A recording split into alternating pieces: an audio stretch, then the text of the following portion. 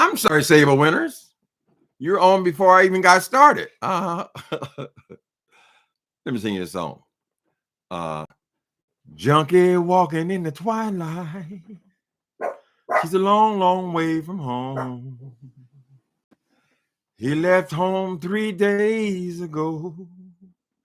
You keep saying, kick it, quit it, Lord. But did you ever try to turn your sick soul inside out so that the world could watch you die? Good morning, people. Yeah, they're going to talk about drugs on this morning. Hi, Alfreda Gross. Now, you know I can't say your name. Zant. Zant. Hello, Alexis. Peter Paulo. I am Mrs. Ricks. Thank you. Erica J. Pink icing. Oh, my goodness. I used to love that song, Junkie Walking in the Twilight. I love anything that's real. Listen, I see there's a conversation on here, going on here. I don't have, not picking a side or anything like that, about meth. Now, we don't get that conversation very often. And I personally do not like to talk about drugs a whole lot for the simple reason that I got hooked on crystal meth by hearing about meth in AA meetings, right? I was going to AA meetings because I was going to the club every night. I was partying. I considered myself an alcoholic at that point. Basically, I was caught in the rhythm, honey. I don't know that I was actual alcohol, hooked on the alcohol or going out more, but I was certainly hooked on something. And I went to 12-step group to get off of alcohol, basically. And all these people were coming in talking about these exploits on crystal methamphetamine and talking about all of these active sex lives they were having and all of these things they were doing on meth. So I heard about meth. I became curious about meth. And when I tried it, basically, my normal life was over, right? So we don't want to encourage anybody to ever become curious about drugs. But I do think it's valuable to understand or to understand drugs, to know what you're getting into. Perhaps if I had known more about crystal meth or the side effects of crystal meth or the sacrifices I was going to have to give up, babies, please. If I had known more about it, I wouldn't have been so curious about it and I wouldn't have tried it, therefore not getting hooked on it. But it's a topic of conversation today, or at least I heard it. I think the girls on Deanna's channel were talking about it, and then I saw Bless Watkins was talking about it. I was amazed. Bless Watkins seems to have a pretty good idea of what that is. I don't know where she got her information, but she even had the slang names. So the question was, is crystal meth speed? Now, most of y'all know my history, right? I did crystal meth for 17 years. I consider myself quite a bit of a field of expertise, shall we say. I went to prison 10 times for selling crystal meth, actually 9 times for selling crystal meth, 1 time for something else, first time. And I became HIV positive on crystal meth. So I have an extensive history with crystal methamphetamine. I ended up in San Francisco because I got busted in Los Angeles stealing to support my habit, which was meth. And when I got up here, I was sent to San Quentin up here, and I've been here basically ever since, over 30 years, right? But it all started with meth. Meth was the issue. So crystal meth is speed. That's what it is. Some people seem to think there's something different. No, amphetamines and crystal meth are not different. It's called crystal methamphetamine. Amphetamine is in its name, methamphetamine. It's an amphetamine. There are other kinds of amphetamines before I started doing crystal meth, when I was just a drunk or I was drinking a lot, I was taking white, you used to call them whites, little tiny white. There was a speed as well, a little amphetamine. Then I graduated to black beauties, which was also another kind of amphetamine. These were pills, cheap pills. You took them to drink all night.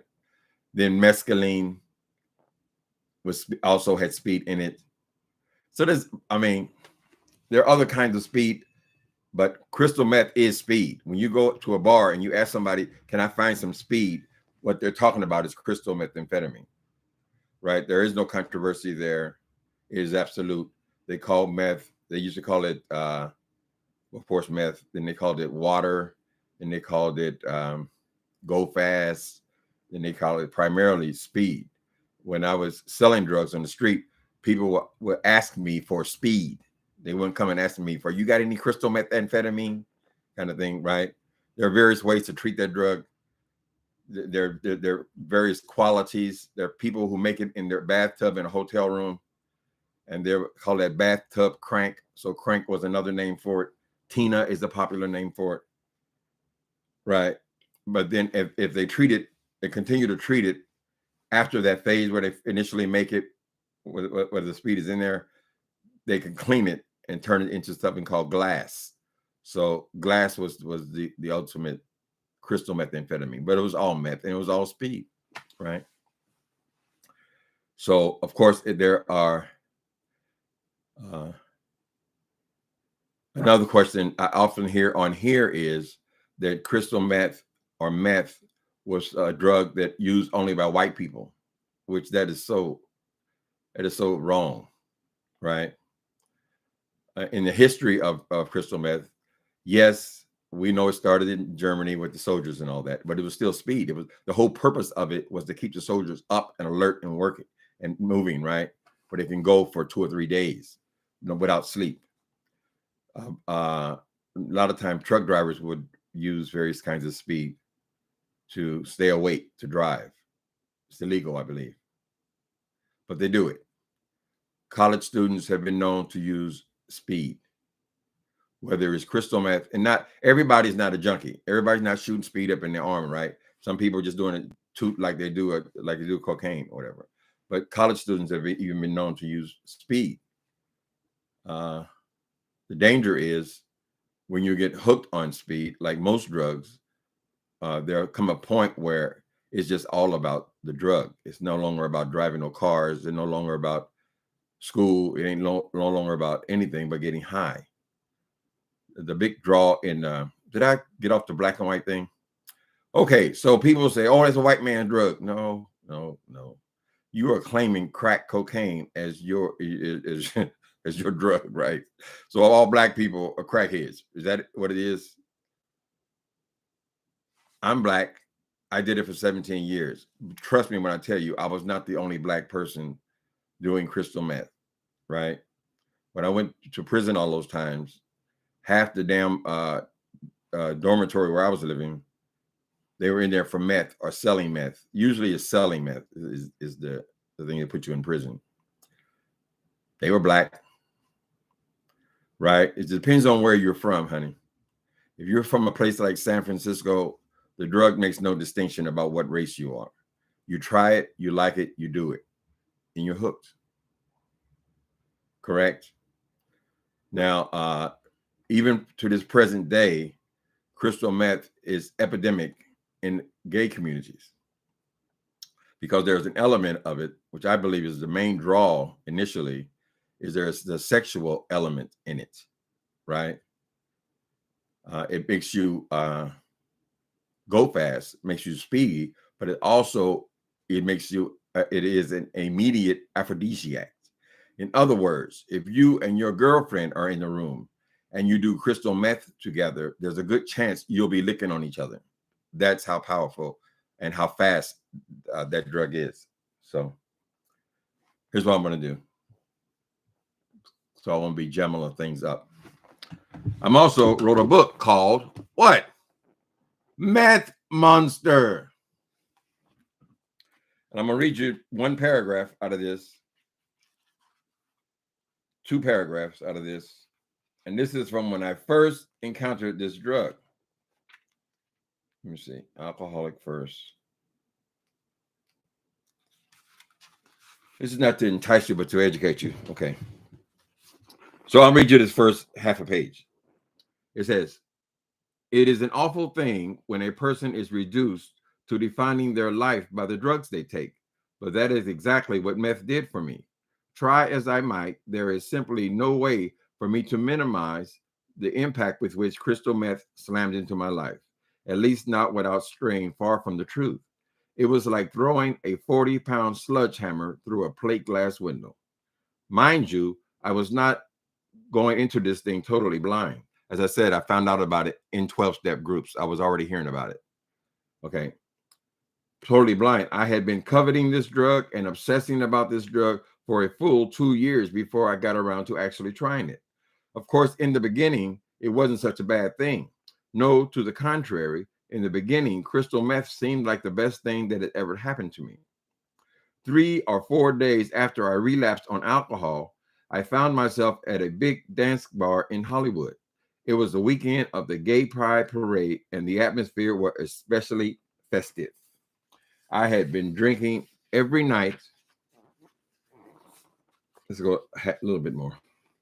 Since the day I gave up my sobriety, and by Sunday morning, I was very, very drunk. This particular bar was known for its all-day beer bus, which started promptly at 6 a.m. every Sunday morning. It was also the easiest place to find meth. And that's where it all began. I was already drunk and obnoxious. This was an issue, the drinking. That's why I was in 12-step groups at 25 years old. So what the hell? I just walked up to the first dude I saw who looked like he was dancing a little too fast for the music. And the next thing I knew, we were sitting in his car doing the deal. And then, not 10 minutes later, when I walked back into the bar, I had a sudden realization. I was no longer drunk. Just like that, I was in full control of my mind and all of my senses. Okay. So then I go off into something else about picking up some boy. So what was this? Where was the fear? Okay. So I spoke for a couple of paragraphs about seeing some guy who was fine. And I picked him up, and I was not capable of doing that on my own. But on this drug, it gave me superpowers, right? It sounds ridiculous, even to me, if I suggest that a person can be totally hooked on a drug from the very first time they use it. So let me see if I can put it a different way. Nope, there is no better way to put it. I was hooked on meth from the very first time I used it. Hooked because I couldn't stop using it after that first morning at the bar. That day, I spent $10. The next day, it was 80. By the third day, I was back in the department stores, stealing to support my high. So that's where it began. It all began because I couldn't stop drinking. I couldn't go into a club without getting drunk. And I did this miracle drug, and it fixed me. It gave me something. People say, "Why you do it? Why you do it?" Well, that's why I did it, because it gave me something. And it also gave me the power to approach someone, because I'd always been a bit of a wallflower, a little insecure around. I mean, about fine men. We're talking about the best ones in the place. This gave me the power to just walk up to them and start talking to them, right? So I got something out of it. But it was the speed element of the drug that sobered me up instantly, right? As a matter of fact, probably it's why I was taking those pills before, is because of the speed, so I wouldn't be falling down drunk. Y'all still with me? So the thing is, I don't know where you live. If you live in the South, you live in Atlanta somewhere, perhaps you're only exposed to Black neighborhoods kind of thing, but San Francisco is not like that, where it's we're all kind of mixed together. So there's never been an element here in San Francisco where drugs are exclusive to one neighborhood. If you go into the ghetto, you might find crack to be more prevalent. But when you're actually in the city, people are on all kinds of stuff. It's like saying heroin is a white people's drug. White people do it, but we all know so do Black people, so do Chinese people, Mexican people, it's drugs, honey. But had I known more about this drug, people were coming there talking about all this sex stuff. and it's still a epidemic in our particular community. There are people all over the street. I see them every day as I'm walking the dog and so forth, laying in the streets and all that. These are the side effects. These are what drugs will do to you after you become hooked on drugs, right? You will slowly lose interest in paying your rent. You will lose interest in even trying to show up at a job. This is what Bless Watkins was saying. It is very hard to be under the influence of a stimulant as powerful as crystal meth and actually show up for a job. Now, I only experienced it once or twice in my lifetime. And when I did, those people were working behind the counter at one of these flea bag hotels, drug hotels. They could get a job like that where they tweaking because everybody else is tweaking kind of thing. But it's very difficult. This is also a side effect of using this drug. Initially, feels good. That's how people get hooked on drugs, right? But eventually, it's just about the drug. So I was willing to go to prison time after time after time because of meth. What do you say about it? No food? Right. You don't eat. There are not too many fat meth heads. Now, there are not too many fat crackheads as far as I know. But meth, as a matter of fact, I borrowed the name Meth Monster, available on Amazon.com, from crack people, because here we call them crack monsters, right? So they didn't really call them meth monsters. In the meth world, a meth monster was something different. In the crack world, a crackhead or a crack monster was just a crackhead, right? But in the meth world, meth monster was an actual thing. It is when you have been up for 3-4 days, you have not nourished your body. Your body is starving, like Jay Wilson's is now. Your body is starving, and you're having you're hallucinating, right? So when you see, how you see big trees, well, when you're on, you haven't slept and you haven't eaten, and you're on this speeding drug, these trees will become people, right? They'll become people, and they're called meth monsters because they're lording over you. Sometimes you'll see people running. They're running from the meth monsters that are in their head. Correct? Yeah. So no eating. I'll always get out of the pen fat like I am now. This is the norm. And then a couple of weeks later, I'd be skinny. Let me see. Wait a minute. Let me see if y'all have any questions about this kind of stuff. So the question is it speed? Absolutely, it is speed. That is what it is. Right? Well, I think we should talk more about the Meth Monster is not about getting on drugs. There is a 2 paragraphs total talking about being on drugs, but the primary thing in that book is getting off of drugs. First of all, what the drugs will do to you. It'll do some horrible things to you when you really get hooked. That's why they say, oh, you were selling drugs to the community. You were selling drugs to the... I was not selling drugs to the community. I never did that. I sold drugs to my community, and my community were drug addicts. We bartered. We bought and sold drugs. That's what we did, right? That was the community. It's not about trying to recruit somebody. Usually you're hiding from people because they're going to get you busted because they're coming around. There's so much of a demand for it. Correct. Okay, here I am struggling. Stay on point here. I'm just saying. Anyway, some of the bad things that will happen, and you'll see these people, you see them digging in trash cans. If you pay attention, you become aware of them, and you'll say, why is that person doing that? Or they look, and stupid people will say, oh, they're looking for food. They're give me, feed us, I need food. They're not looking for food. The majority are not looking for cans. They're digging in the trash can because they can't help themselves. Their brain is going so fast. Their mind is so speeded up that all they can do is concentrate on something like that. Give them focus, right? They're not aware of the people around them. Yes, they're not aware of the police that just walked right in front of them. It happens right here in my neighborhood. Walk right in, and they keep on shooting up, right? Because their mind is moving so fast that they end up just trashing. They can't do anything else. If they try to just walk down the street, they'd be walking down the street like this, right? Because they can't. They're not. Their brain is just not. It's not hitting on the cylinders correctly, shall we say. I can remember many a time when I would be on.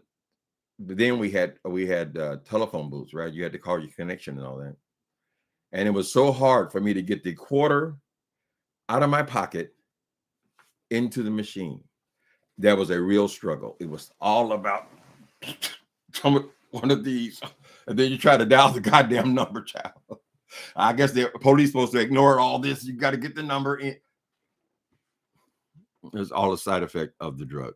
Then when you're coming down, there's also other things that your body is struggling with because you're starving now. You haven't eaten in 3 days. So you give up your apartment.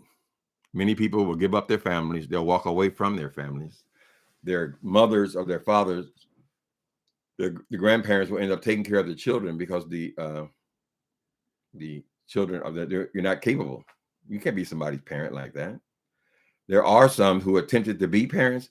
Usually the CPS will end up taking the children if they become aware of them. But as long as they keep moving, nobody's going to be aware of what's going on in them hotel rooms kind of thing. Anyway, what was I just saying? Let me listen to y'all for a minute. My brain is struggling to stay on point here. How y'all doing today? Don't do drugs, people. The effects, crack has a certain effects. Meth has certain effects.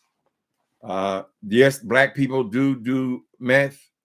It just depends on where you're from. If you're in a neighborhood and everybody you see is black, then that's gonna be your perception, right? Everybody's on crack, and that's all you see. But when you get into the cities, there's white people on crack. There's black people on crack. There's black people on meth. And there's black and white on pills. Now they're doing this new shit called, what's that new stuff called that's killing people? I forget. It came along long after me. So I'm not sure what the argument was over there. I think the ladies were arguing about other things as well. But people were saying just simply meth and speed are different things. And they're not. They're not. They're the same thing. It's all evil, honey. Mm-hmm. What's the difference between crystal meth and regular meth? There is no difference, honey. They're the same thing. It's just a different word. Crystal. If you look at some of these people like D. Ramsey, they like these crystals. That's what crystal meth looks like, right? They call it glass. That is when this bathtub crank has been washed to the point where it is clear. It has the appearance of crystals. If you get it in bulk, it'll be just like crystals that you see that people use for spiritual reasons. It has that appearance, right? But it's still crystal meth. That's where the name crystal came from. Amphetamine and regular meth, bathtub crank, some people call it crank. Depends on where you live, what they call the stuff. But it's already effective in that state, right? It's just cleaner when it gets to the point where it's crystal, where it's clear. They do another process or another couple of processes. So they're the same thing. I'm sorry. You got my dog face in. That's my ex-dog, Jimmy dog face. Karen Terrier. Mm-hmm. Diet pills, black beauties. Yes. That's all speed, baby. Y'all better go over there and talk to Jay Wilson about playing with all these pills. Mm-hmm. I thought crank was like crack. No, crank is speed. Crank is crystal meth, right? It is usually the cheaper form of it. It can be usually beige color, milky kind of a color. If they keep processing that, it'll eventually turn into crystals. Some people, street people, they don't see the need in turning it all the way into glass. Glass costs more, but it's much more of a tedious process to create it, right? But it's the same thing. It's just been manipulated. And I've had good crank and good glass and some bad glass and good crank and all and whatever. It's mostly about the appearance of it. Mm-hmm.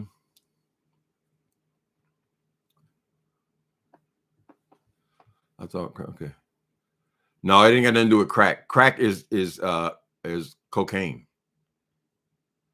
See, now I tried crack before. I think I tried crack. No, I tried regular. They used to have a thing called free base cocaine.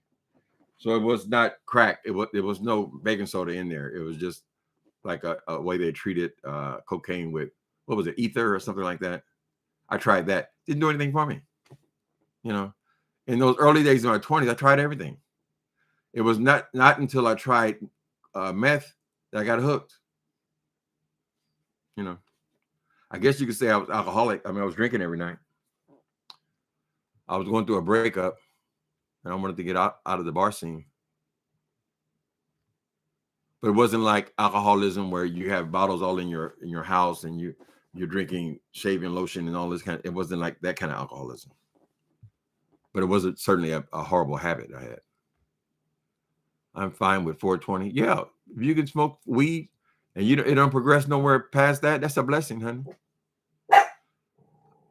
Weed was my first drug, but I don't know that it was I would consider it a gateway drug. It didn't have to lead to anything. It just led to something else within myself, within me. And then you have to realize that the time that I started doing meth, people were dropping dead like flies in all over Los Angeles with AIDS. It was a terrifying thing, right? So this gave you instant relief. Well, you didn't have to think about it, because I was extremely worried about it.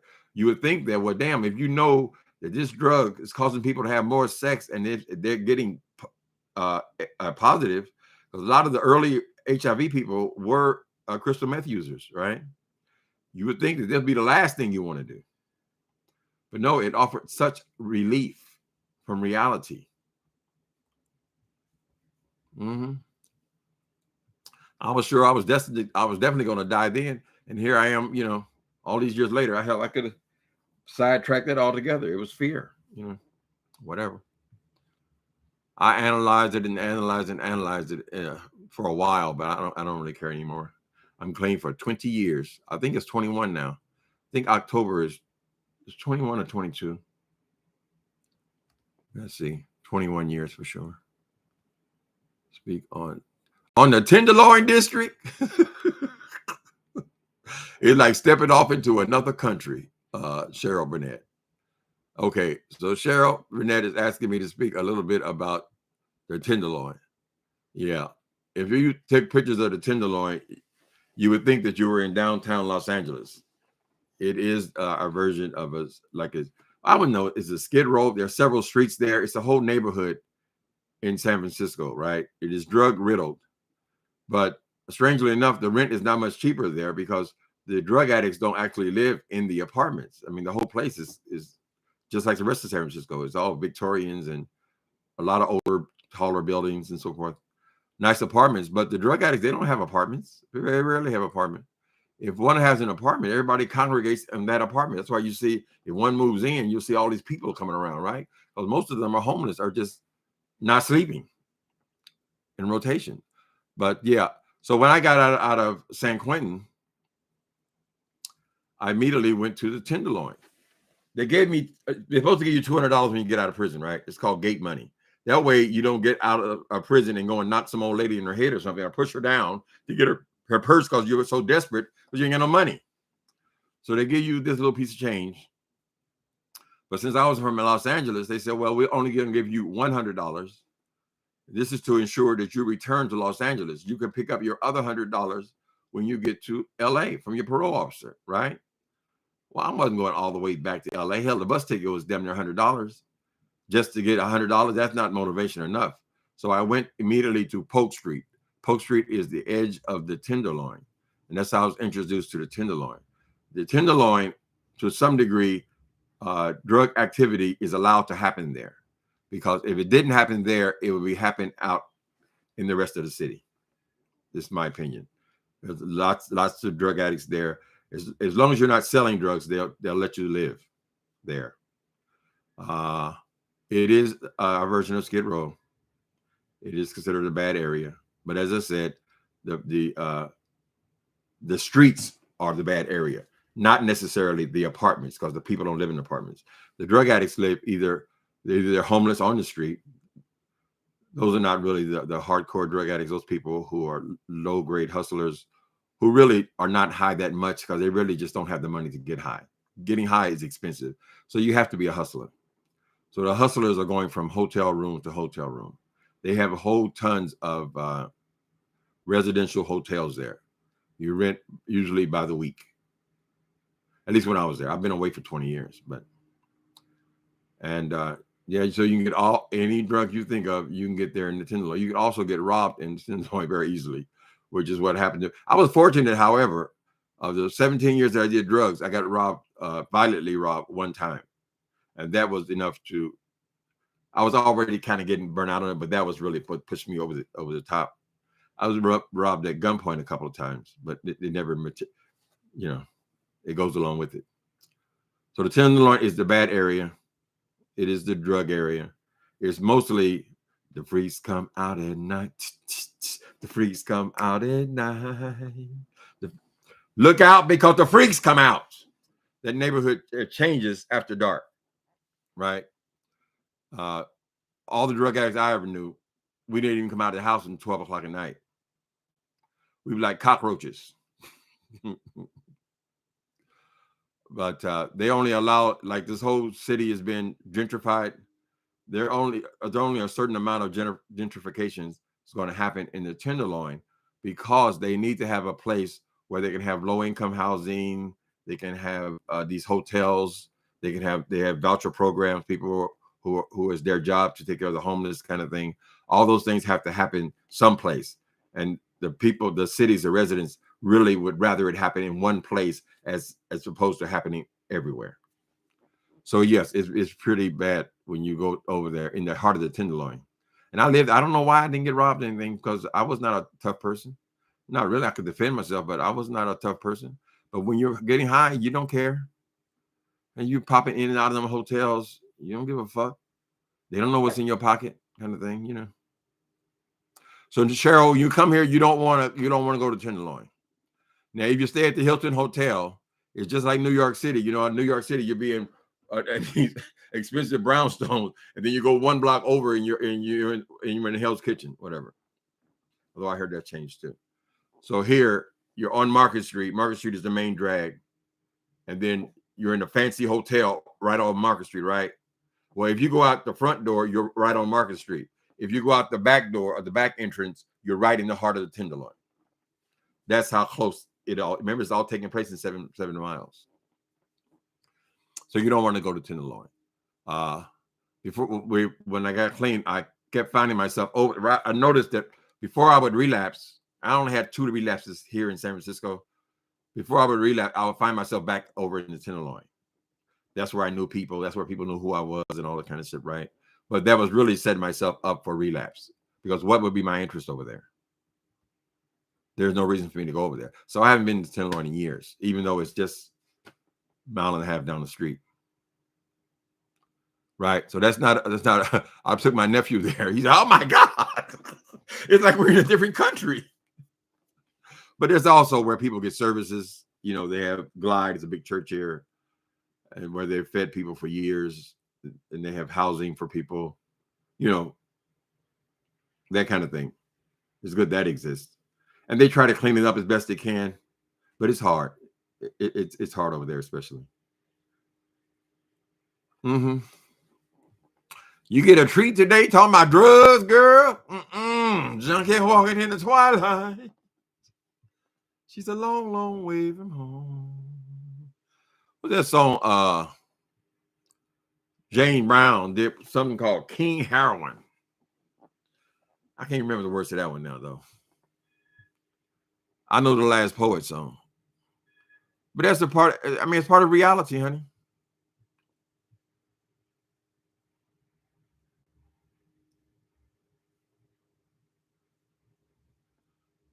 Rebuking, he went to prison for X amount of years.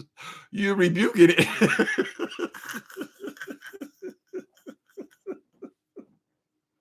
Child, why are you rebuking it? I was the only black man in prison. Shit. Prison's packed. There's a whole lot of us there. Whole lot of things happening when you're out there hustling, right?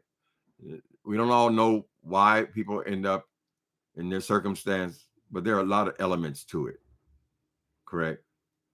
Why people end up in those situations. But once drugs get a hold of that ass, honey, I don't care if you're the Queen of Sheba. If you do heroin for 2 weeks, you're hooked up. You're a heroin addict. That's just what it is. That's the one that's physically addictive. You know, it's heartbreaking. I see these people. Sometimes I look at the people on the street and I look in their faces and I say, "Oh my God, that's a teenager." Right? It looks like an old man, unkept and clean. That's what drugs do to you. It robs you of your youth. It is a youth stealer, is what it is. I'm not going to sit up here and try to pretend like there weren't years that I didn't like what I was doing.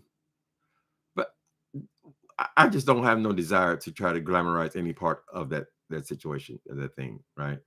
I'm just trying to tell you what can and will happen to you. And then the thing is, it slowly robs you of your soul because you're constantly being, robbed or mistreated, abused, people, all kind of things that are slowly happening to you, which are destroying you. You're slowly starting to lose your teeth now. You no longer give a fuck. Since the teeth are gone, why comb my hair? That kind of thing. You don't necessarily have stable housing, so you're not always clean. None of it matters. All it matters is getting high. I could turn my computer around if it was so difficult to turn it around and show you right behind Safeway there are people there that are smoking and shooting up drugs right there. And when you walk by them, I mean, when you're walking, they're here and you're walking this close to them, they don't even look up to see who you are. Right? That's how strung out they are. It's only about the drug. It's only about getting the drug in their bodies. And so you people ask, why do you sell drugs? You selling, you ruin the community. No, that's not the way it was. In that world, it's sink or swim, baby. If you don't sell drugs, you're going to end up in the exact same situation. And I don't give a goddamn how much money you made the night before, because whatever you made, that's not your money. That's the drug dealer's money. You're going to give it all to him. Every damn bit of it.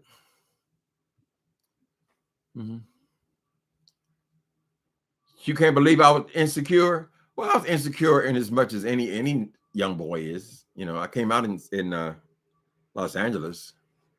That's the pretty boy city, Plus, I was attracted to a kind of a gentleman. We all want the pretty boys, right? Well, I was never that. Where I had I know people who were less attractive to me that had that confidence. I didn't have that confidence. Crystal meth gave me the confidence, right? It's got to do something for you or you ain't going to do it. But after it gave me the confidence, baby, I rode that motherfucker. Excuse my language. It's horrible. And it's still to this day epidemic in the gay community here in San Francisco, black and white people. Although, of course, they're mostly white guys here because San Francisco got so expensive. Most black people move away. They moved over to Oakland. But there's crystal in Oakland too. I don't see why one's much better than the other one. You're both walking around with no shoes on, honey. Meth is a little cheaper just because you do it and you only got to do it twice a day. Where crack, you can do that, 30 times a day if you can afford it. It's good that crack is not as popular as it was a few years ago, though. There was a time when people were just laying all in the streets and all that. I'm not seeing that, but I got nothing to do with the world, so I don't know what goes on in the world. If I were to go out 2:00 in the morning, I'd probably be more in tune to what goes on in the drug world. Like I said, it basically doesn't exist. The city goes back to being a city in the daytime, and I'm sure it's like that here. It's like that other places as well. The drug dealer getting rich. Dark is the night and the moon shining bright. This cat from the slum had a mind that wasn't dumb. Can't be like the rest is the most he'll confess. But the time is running out and there's no happiness. All superfly. Gonna make perfection by and by. And if you lose, don't ask no questions there. Only game he know is do or die. Game it plays for keeps. hustling towns and ghetto streets, trying to get over. That's what they're trying to do, y'all. In the exploitation movies, they always had the criminals. Those were really the stars of the show. Now, most of them, they would have the criminal fall in the last scene or two, right? But the show Superfly and all those black exploitation movies, because people were still playing in the streets. They had limited. I mean, things were changing, of course, by the 70s, but opportunities, and a lot of men, if they wanted to be somebody, they would be somebody in the drug world. Flashy rings and flashy cars, what they do with rap music now. Those were the superstars, honey. Drug dealers and pimps and shit. But even though they were saying they were bad people, they still idolize them. Still to some degree, even now. It's hard to find a decent movie on Netflix without it involving some murderer, drug dealer, drug cartel, mafioso, and all that kind of stuff. But the reality for me was never that the drug dealer came in and just made money off the junkies. No, I was a junkie. That's how I started. Right. And then, at least in crystal meth world, 90%, I say 95% of the users were the dealers. We were just all trying to survive, honey. Mm-hmm. Your cousin smoked it up? Lord, I'm so sorry. There are no limits. Y'all saw what happened with Richard Pryor. Hell, he had millions. It was a season in life, honey. So don't think that if you are doing drugs, you're strung out right now and all that. That has got to be the rest of your life. It doesn't. I've had a whole life out on this side, right? When I was in the drug world, I thought that's who I was. My name was Jabber on the streets, and I believe who was what I was. I was a criminal. I was a convict, a drug dealer, and a drug addict. That's what I thought I did. That's not who I was at all. It was I was hooked, strung out on drugs. Now, some people will say, well, why did you stop? Every time you got out of prison, you went on drugs then? You would have to be an addict to understand the draw. Right? Is there a name to the, I don't know the history. I've been here 30, how long have I been here? I arrived in San Francisco, I was 34. So I'm 64 now. So I've been here, what? Wait a minute. I was 34. So 30 years. So I don't know where the name came from, but it's always been a kind of the drug area or the low area in San Francisco. It's where the cheap hotels were. But cheap hotels, I mean, they really ripped the people off because those hotels are like $250 a week. So 4 weeks, that's $250. That's $1,000 a month. People are staying in these hotels all over Tenderloin, right? That's where the majority of these residential hotels are. But it is extremely hard to save up for an apartment if you're paying $1,000 to stay in a room, right? It doesn't give you a lot of leeway to have money. I say 1,000. We're talking 20 years ago. I don't know what they're paying now, but you can get locked into that situation where it's very hard to make the transition into an apartment.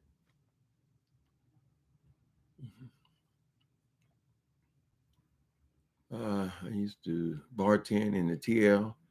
Oh, just because you used the TL, we know what time it is. I used to bartend in the TL. This is Tanya. The TL is no joke. It really got worse since COVID. Oh, it's horrible over there, child. It's horrible. I have this my nephew moved here a few years ago. I think he's been here about 7, 8 years now. Anyway, he wanted to see what the TL was. He heard about it. He wanted to see what TL was. I said, okay, if you want to go over there, we were on Market Street. So we walked 2 blocks over to the TL, right? And almost immediately after we got there was this white girl. She had track marks all on her arms, all on her, right? Track marks in her neck, cheap wig on her head, dirty clothes. Obviously, she was a drug addict, right? And she came over to my nephew and she said, what you want to do with this? He was horrified. She said, it ain't easy being all this. Little titties, girl. It was horrible. But that's what the Tenderloin was, right? He said, no, I'm cool. We ain't got to go no further than this. I said, bro, don't you want none of that? Did that look desirable to you? Well, in her mind, I'm sure she did think she was still cute, honey.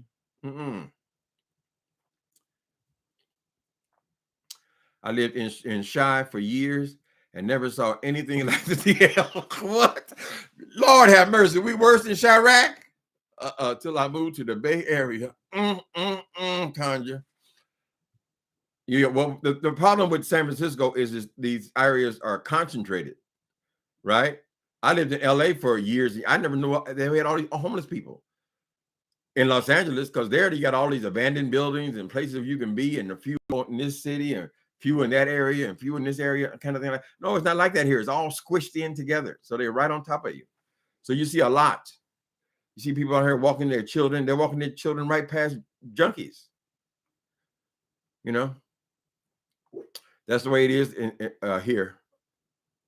And the TL, they keep them over there for a reason. You know, they could clean up the TL, but what the hell are they going to do with it? Where are the people going to go? They got to go somewhere. They'll be back out into the neighborhoods.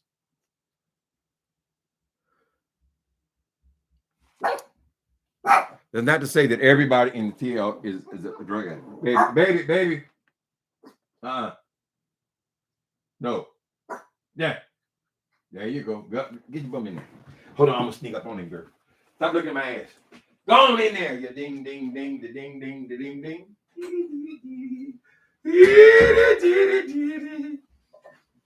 I got to stop wearing these little short blouses because they show my ass crack when I stand up. The more the stomach grows, the shorter the blouses become. What about Bishop's Whitehead's case? Bishop's Whitehead's case? What he got to do with all this? I hope he ain't no drug dealer. I don't know. I don't know where he getting all his flash from. His mentality, though, that's not how wealthy people act, child. His mentality is still in the streets. So we don't know I don't know what's going to happen with the Whitehead case. I'd imagine the next couple of months we'll find out what's actually going on there, where his money comes from and all that kind of stuff. But he's still stuck in the streets. He's still trying to be Superfly. Right? Why you want to be Superfly? You're so rich. You own city blocks and all that.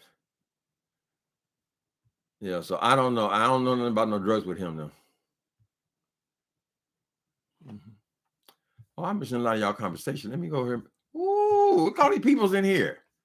Bless y'all's heart. Let me see. Christian Taylor said, hey, Tim, I'm new around these parts. Well, stick around.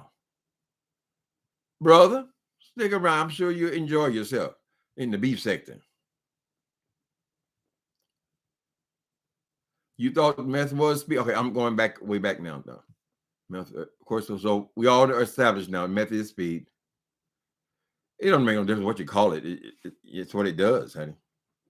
You see, when I said that the first time I ever bought any of it, the very first time I looked for the guy who was he was dancing faster than the music. That's speed, right?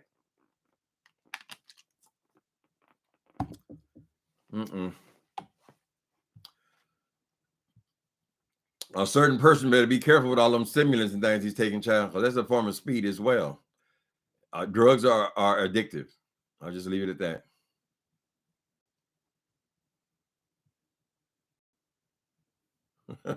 He told me, Dante, Tim ain't my uncle. What happened? He said, what? Wait a minute. Hold on, Dante.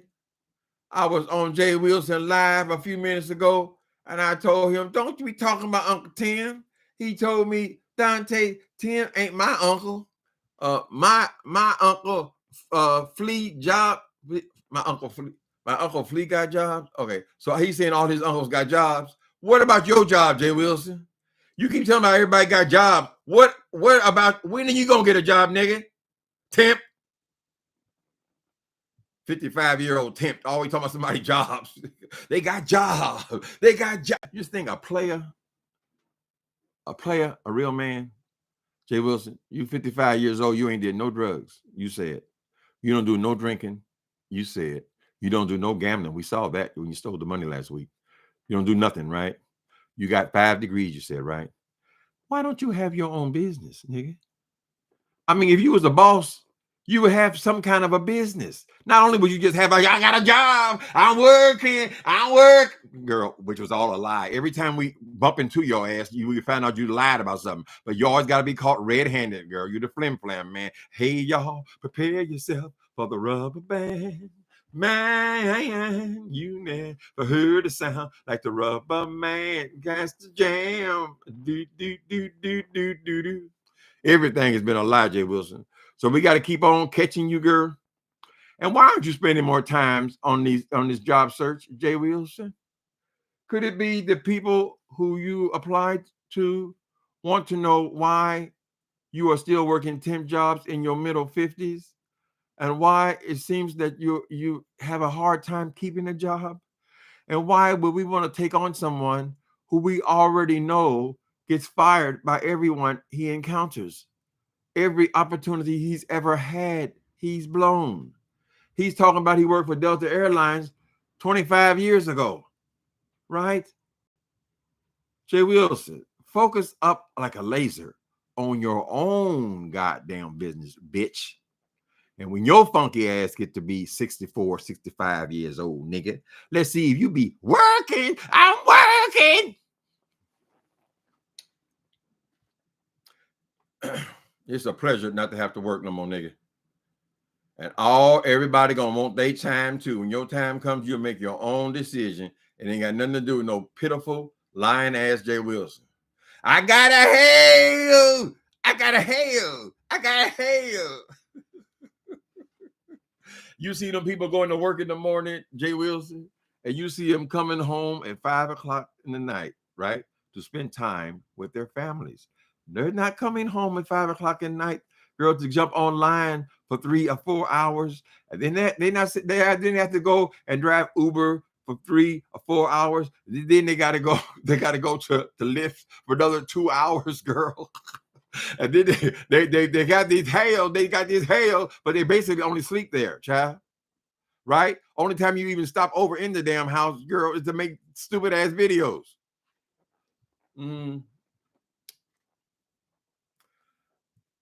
Oh, so Jay Wilson talking shit? Well, thank you, brother. I'll go over there and get my material for my next video. He makes it so easy, girl. Yesterday, the nigga, since we're on the subject of Jay Wilson,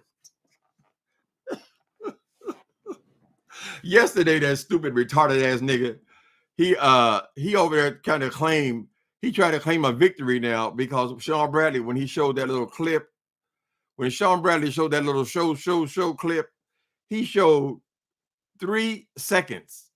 He showed me and that Jay Wilson in the kitchen for 3 seconds. Now Wilson over talking about, you see how I wasn't running? You see how I wasn't scared? You see how I 3 seconds, girl? That didn't tell the story. That did not tell the story, honey. Wally was the star of that clip because he gave Wally time to speak. He gave Wally a chance to talk, right? But as far as you and I, Jay Wilson, we might have seen where it was going, but that was only the first 3 seconds. So why are you claiming a victory, girl? Why are you going to humiliate Jay Wilson? You see, you got 30 witnesses on the goddamn thing. How you gonna spend that when you got all these witnesses, girl, looking right at it? There are people all over the kitchen, girl. How you gonna spend it for them? Haven't we beaten that horse up to a pulp? You still trying, and then you still gonna pull my teeth out, huh? I'm gonna let you remember, Jay Wilson. You better believe this, boy. I remember every time you threaten me, nigga. And if ever comes an opportunity, I'm gonna remind you every time you threaten me, right? Bam, bitch. That's for your disrespect. What's the matter? What's the matter? Bam, bam, bam, bam. What's the matter? Oh, you don't remember? Are you gonna take the teeth out? Well, get up. Let me see you. Oh shit! Did I kick you in your nuts? I'm sorry. Come on, let me help you up. No, leave me alone. Leave me alone. You're a monster. You're a monster, bitch. Oh, you gotta brag about something. Oh, this is a pitiful ass nigga.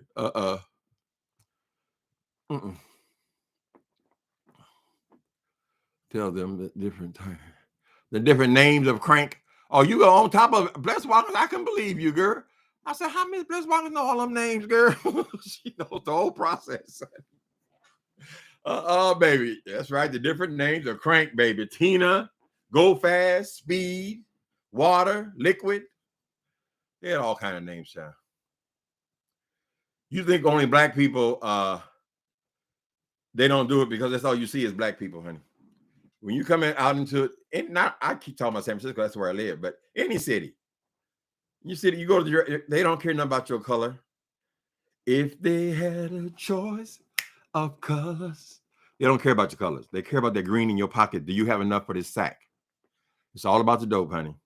You got straight homophobe mixing with drag queens, gays, the whites, the blacks, the Tenderloin. Now I will say this about the Tenderloin: the Tenderloin does not discriminate.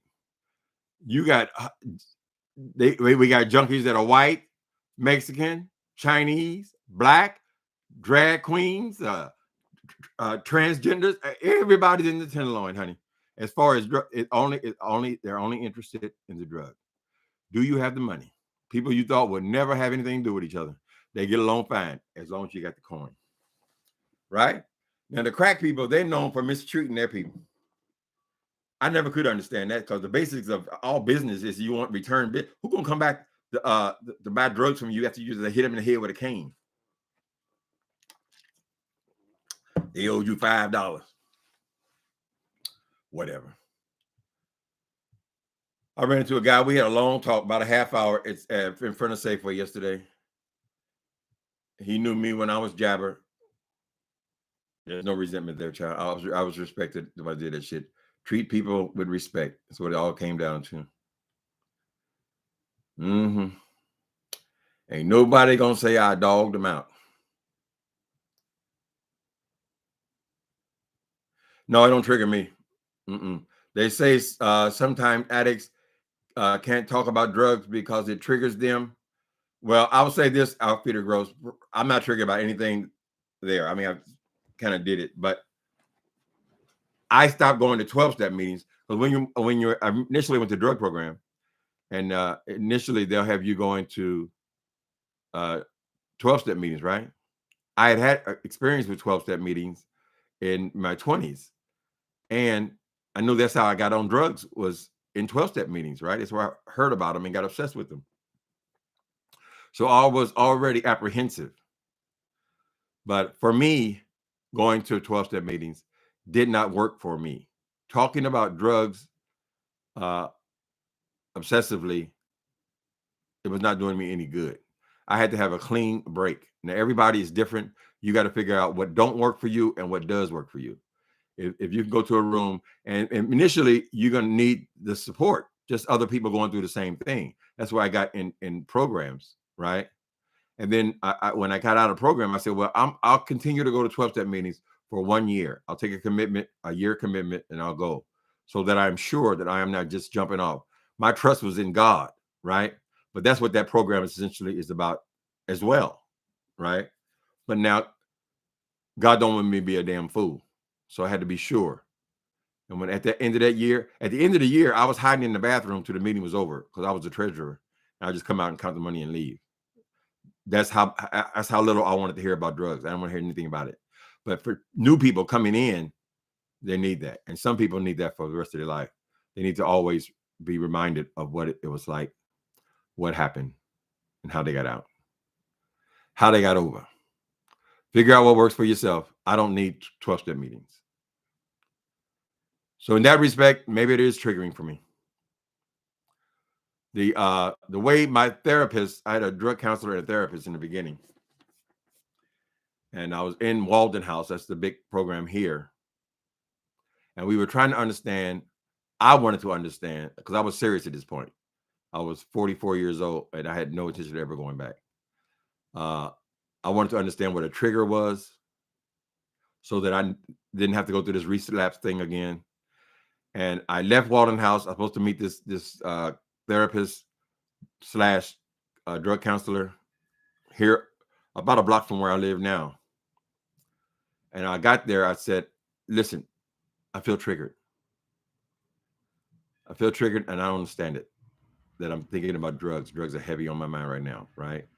And he said, well, let's track it. So I said, well, I don't remember thinking anything about drugs. I was excited to get here. I wasn't thinking anything about drugs this morning. He said, what about lunchtime? Nope. I remember playing with some of the guys at the house. We were playing ping pong or something like that. I don't remember anything about it. He said, okay. So from the time you left Walden House until your time you got here, you somehow became triggered. So let's track that. Okay. I left Walden House. I got on the bus on Polk Street. Now, Polk Street is that street where I used to sell drugs, remember? I had to go down on the bus, the very street where I used to sell drugs, and got busted all those times.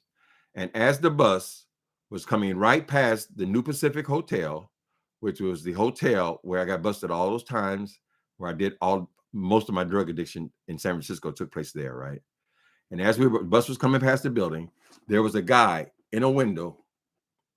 I said, I remember there was a guy in the window. He was naked, right? He was up in the window and he was like grinding in the window, right? Doing all that kind of shit, right? And he said, well, so when do you feel like you got triggered? Oh, it's because I saw that guy. I mean, I got 10 years worth of history in that building. This guy's in the window, high on drugs, and that's why I'm thinking about drugs. Well, that what became my understanding of what a trigger was. So, no, I got no reason to be over on Tenderloin. No, I don't. When I watch a movie or something like that, and they start shooting up, I ain't got no reason to want to see that. I don't even look at it. When I see somebody on the street and I see they're doing drugs, no reason at all for me to look over there. I ain't got no reason. I don't want to think anything about drugs. That's a trigger to me. That's what triggers me. All right, the simplest form of it. Mm-hmm. Too many pills is bad for Jay Wills. You think you'll be able to just stop? Jay Wilson, the day you stop them pills is the day you start blowing up again, girl. I'm just keeping it real with you. So how do you define addiction? If you can't lose weight without taking all them pills, girl, what does that say about your future, Jay Wilson? I'm telling you, boy, don't be out there in that San Antonio 110 degree heat, taking all them goddamn pills, starving your body. Your body needs nutrients. You know, you can't. I just had a yogurt. I just had a yogurt.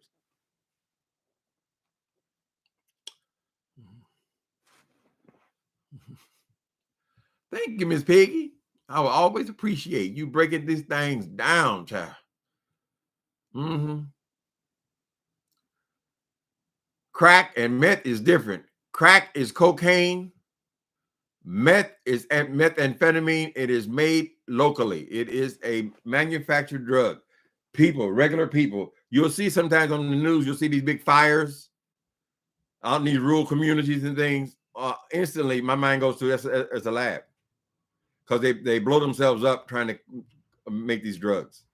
Meth labs, they blow up all over the place. Right.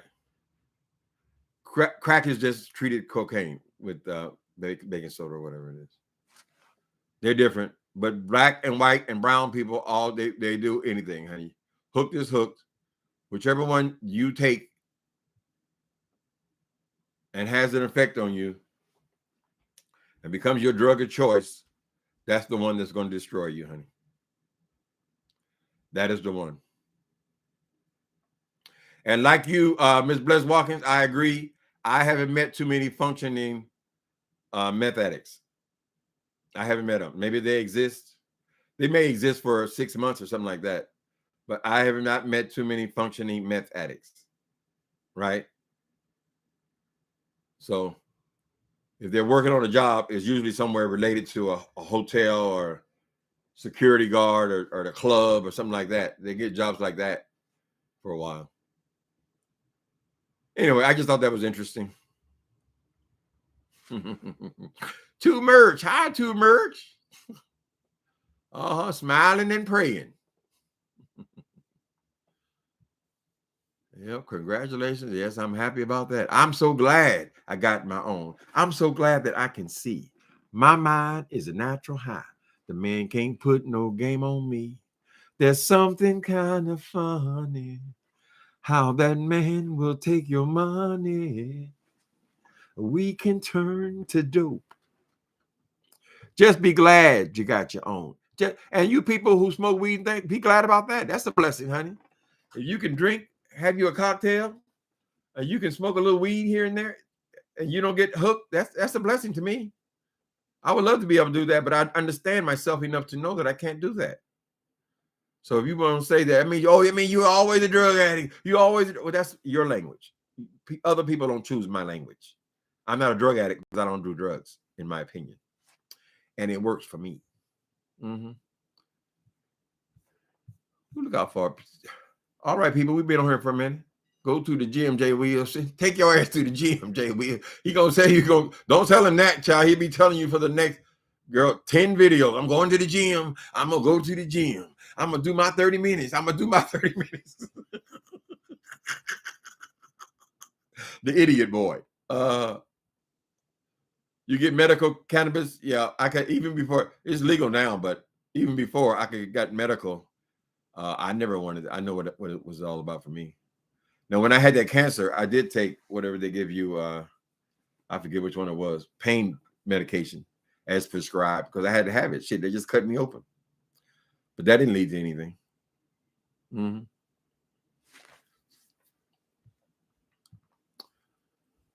Some days you wish you could have one drink. No, don't respect your addiction, baby. Whoa! Oh, hey!